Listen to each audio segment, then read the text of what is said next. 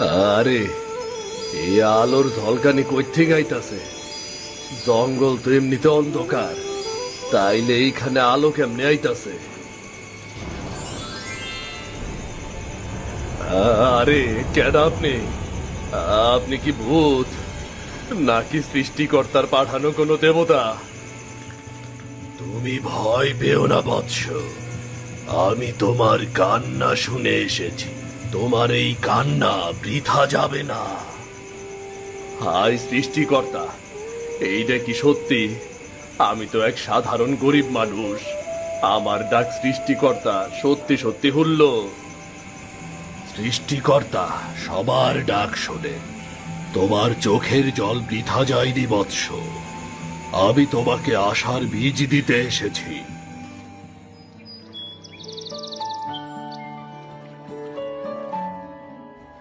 আহ, কি সুন্দর পেয়ারা গুলা ধরছে রে।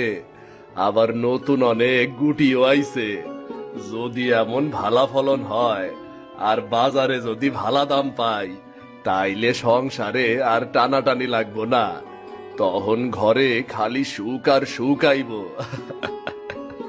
পেয়ারা বাগানটা দেখা আইজ আমার মনটা একদম ভইরা যাইতাছে।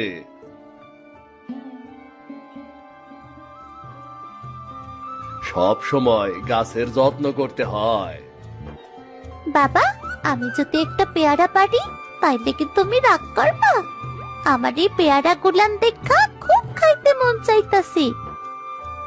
রাগ করুম কেন রে মা? এই সব তো তোর লাইগাই করতাছি। তুই আর তোর মা ছাড়া আমার আর কেডা আছে কত?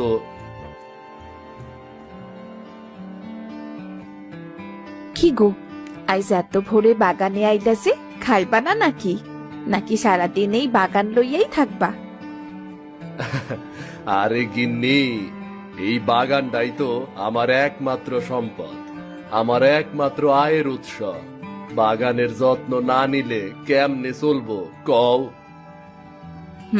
সবই বুঝি গো, তবু খালি পেটে কাম করবে তো শরীর খারাপ করবো। আগে বাড়ি চলো, কয়টা ভাত খাও, তারপর আইসা আবার কাজ করো। আরে ও সিধু, তরে না কইছি অত খাটবি না, কাম করতে করতে জান দিয়া দিবি নাকি? জীবনে বাইসা থাকতে গেলে সবারই টাকা লাগে, কিন্তু টাকা টাকা কইরা যদি শরীরটাই নষ্ট করে ফেলাস, তখন কেডা তোর সংসার দেখভাল করবো রে? আরে দেবেন, জানোসই তো আমি গরিব মানুষ, আর এই জমিটাই আমার একমাত্র ভরসা।